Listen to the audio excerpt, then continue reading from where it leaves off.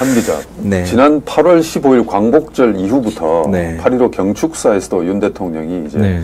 8.15 통일 독트린을 얘기하고 그리고 네. 바로 직후에 또 반국가 세력이라는 단어를 언급을 하고 네. 이렇게 아주 강한 드라이브를 걸고 있어요. 그러니까 네. 이게 우리 지지층을 결속시키는 그런 행보라고 우리 신문도 아시아투데이에서 네. 기사도 냈지 않습니까? 그 반국가 세력이라는 그 발언에 대해서도 야당이 발끈하는데 그렇죠. 실제로 반국가 세력이라면 북한과 연계되어 있는 그런 어떤 지하 정치를 네. 획책하는 그런 무리들을 말하는 거 아니겠습니까? 네, 그렇죠. 한 기자는 누구보다도 이런 감이 있을 텐데 감과 촉이 있을 네, 거라고 저는 봅니다. 그런 뭐 나이브한 대한민국의 남쪽 사람들이 아니라 실제로 그런 북쪽 사회에서 20살까지 살았지 않습니까? 네. 그러니까 한 기자가 보시기에 그 대통령의 그 발언 네. 그것이 어느 정도 신빙성이 있는지. 저는 뭐 대통령이 근거 없이 그렇게 이야기했다고 보지 않고요. 네. 분명 이제 여러 이제 국내외 현안들에 대해서 보고를 받고 그런 발언을 했다고 봅니다. 그 메시지는 확실히 근거가 있는 게 뭐냐면요. 한 4년 전이죠. 청주에서 이제 간첩단 사건.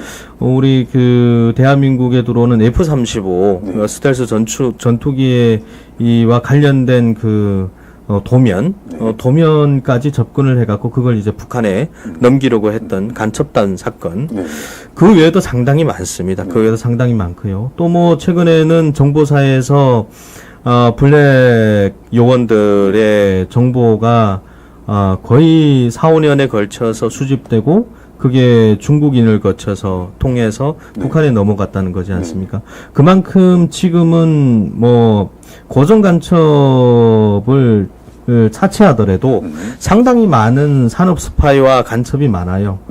이런 상황에서 대통령이 그러면 국가 수호의 의지가 있는 대통령이 그 의지를 강조하려면 그런 발언을 충분히 알 수가 있는 거죠. 민주당이 그걸 되게 신경질적으로 대하는 것 자체가 이게 민주주의 국가에서 한 공당에서 나올 이야기인지 저는 상당히 의아스러워요. 오히려 대통령이 그렇게 나왔을 때 그러면 정부에 힘을 실어줘서 철저하게 국민에 대한 국가 안보는 여야가 없거든요. 그렇죠. 그런데 여야가 없는 이런 사안을 갖고 계속 이제 본인들이 반국가 세력이라는 그 단어에 꽂혀서 그러는 거는 이 사람들 왜 이게 여기에 꽂히지? 이라는 저는 의문. 도둑이 제발 그렇죠. 제가 그 말을 막 대놓고 할 수가 없어갖고 죄송합니다. 어찌됐든 상당히 좀 의아스럽다. 왜 이렇게 하냐? 본인들이 뭔가 캥기는 게 있지 않냐? 그런 생각을 충분히 알 수가 있어요. 그래서 좀 안보에 대해서는 좀 정확히 여야가 구분 없이 좀 강력하게 해야 되지 않겠냐. 최근에 지금 북한의 풍선이 날아오고 있지 않습니까? 17차례, 18차례 이렇게 됩니다.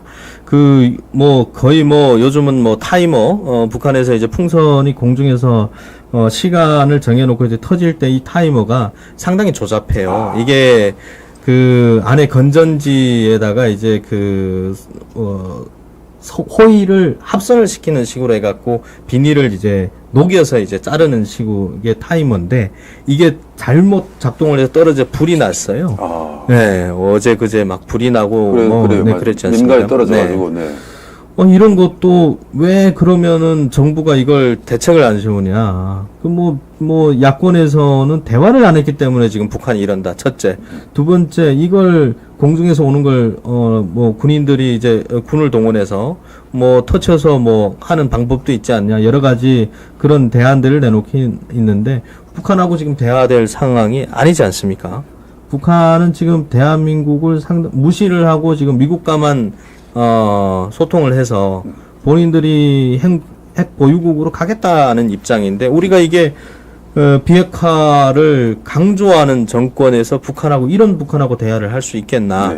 그게 문재인 정권도 아니고 문재인 정권도 솔직히 북한에 노란한 거죠.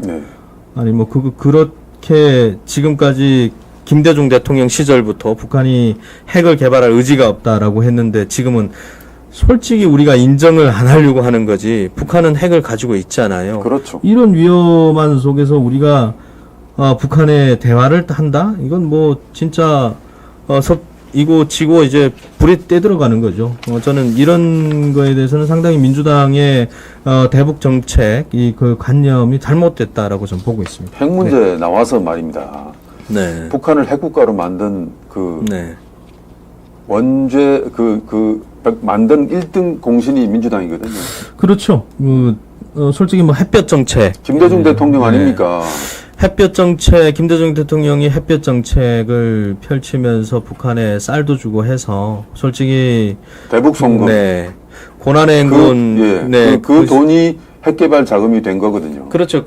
북한이 대한민국이 IMF로 고생을 하고 있을 때 북한에서는 고난의 행군이라고 일명 상당히 이제 대기근이 왔었습니다. 300명이 굶어 죽고 상당히 이제 어려운 상황이었는데 이 산소 호흡기를 끼고 있는 북한이 이제 한숨 돌리게끔 만든 게 솔직히 김대중 대통령이라고 저는 생각을 해요. 그렇죠. 네, 그건 제가 체험한 거니까요. 그리고 두 번째가 이게 대북 송금도 지금 이재명 대표도 대북 송금 관련해 갖고 재판을 받고 있지 않습니까? 네. 이게 대북 송금이라는 건요. 아마 일반인들이 했으면 큰일 날 걸지도 모르겠습니다. 솔직히 정치인들은 정치인이라는 그 방탄 조끼를 입고 지금 하고 있으니까 상당히 사법부도 겁을 내고 지금 수사를 제대로 못 하고 있는 것 같은데 이게 돈이 들어가면요, 북한은 달러가 들어가면요, 이 돈을 갖고 그 해외에서 최신 그 무기에 들어갈 부속품들, 네. IC 집적회로 이런 소자들을 사갖고 네. 이걸 다 행복이 만드는데 넣어요. 네. 그걸 쓸 수밖에 없습니다. 그리고 북한은 이걸 핵을 놓을 수 없는 정권이거든요. 김정은 정권은 지금 할아버지 때부터 김일성, 김정일 때부터 그 개발해왔던 이 핵무기를 놓는 순간 본인들도 죽을 수 있다. 이게 지금 우크라이나가 러우 전쟁에서 우크라이나가 핵을 포기하고 러시아가 침략을 당했던 이런 경험들이 김정은한테는 상당히 와닿고 있어요. 네, 네, 네. 그래서 앞으로도 핵을 내려놓지 않으려고 할 겁니다. 그런데 우리가 계속 지원을 해준다. 민주당이 이런 대북 정책을 원죄가 있지 않습니까? 그렇죠. 이 원죄에 대해서 석고 대죄를 해도 지금 해도 안 될까 되는 말까. 상황이죠. 시청자 네. 여러분, 제가 신문 기자를 하면서 기억하고 있습니다. 1차 남북 정상회담, 6.15 남북 정상회담, 2000년 6월 15일인데요. 네. 그때 김대중 대통령이 네. 북한을 그때 남북 직항로로 비행기로 갔다 왔어요. 그렇죠. 그때 평양을 갔다가 김포공항으로 왔어요. 그때 네. 인천공항이 만들어지기 전이란 말입니다. 그래서 김포공항에 와서 국민 여러분, 시청자 여러분 다 기억하실 거예요. 김대중 대통령이 그 성과를 설명을 하면서 우리한테 뭐라고 얘기를 했냐면, 국민 여러분, 이제 이 한반도의 전쟁 위협은 사라졌습니다. 네. 라고 얘기를 했거든요. 사실은 반대죠.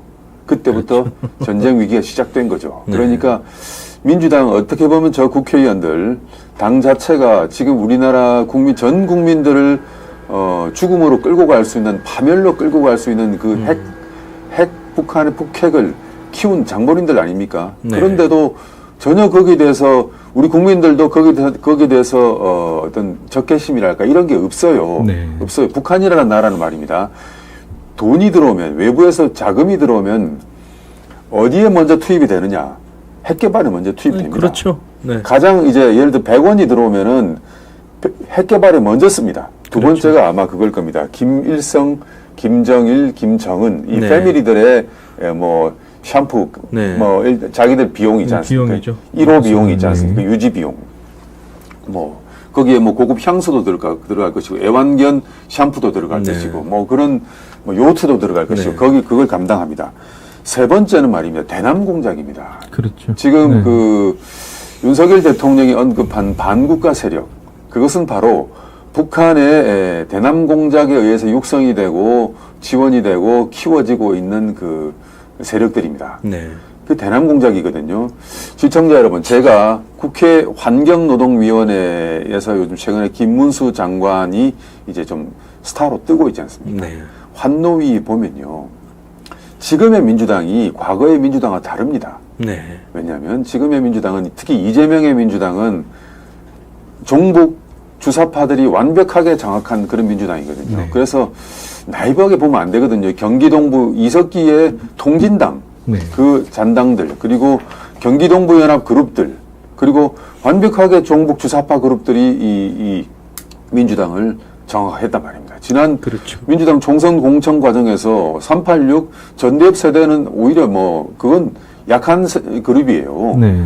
한총련 그룹들이 여기는 완전히 찐 종북들이란 말입니다. 네. 찐 종북들이 지금 민주당을 장악을 한 상태예요. 그렇죠. 그러니까 그런 존재를 윤 대통령이 그런 상황을 직시하고 반국가 세력이라고 얘기를 한 거거든요. 네. 뭐 직접적으로 거론 안 하겠지만 아마 그 김문수 장관 그 인사청문회 보면 네. 민주당의 일부 의원들 일부가 아니죠. 대부분의 의원들이 김문수 장관의 역사관을 되게 많이 건드렸어요. 네. 근데 이게 친일 프레임은 김일성부터 나온 거거든요. 이게 가끈 그 전략 있지 않습니까? 그렇죠.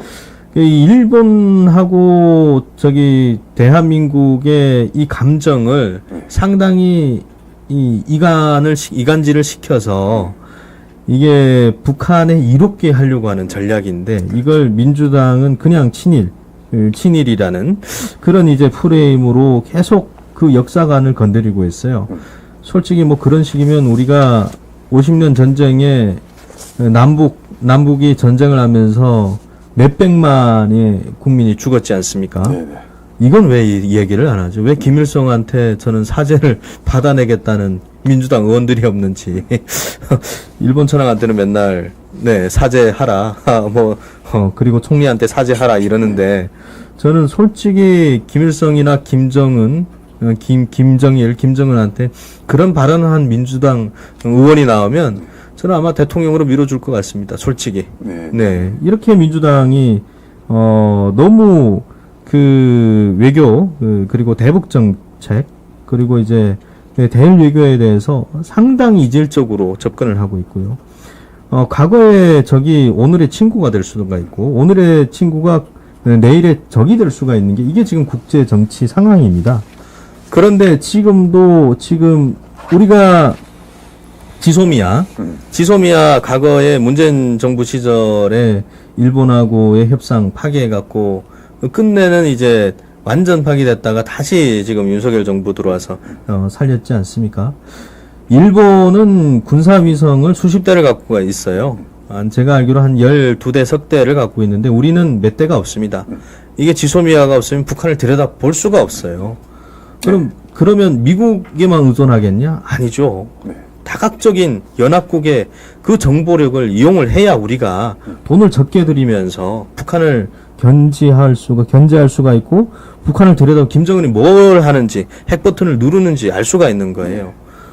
아니 계속 하고만 그런 식이면 왜 북한의 김일성, 김정일, 김정은한테 왜 전쟁의 책임을 묻지 않는지 저는 그거부터 좀 묻고 싶습니다. 시청자 여러분, 역시 우리 북에서 온 우리 탈북민 한대희 기자, 아주 앞날이 창창한 미래가 유망한 젊은 기자입니다.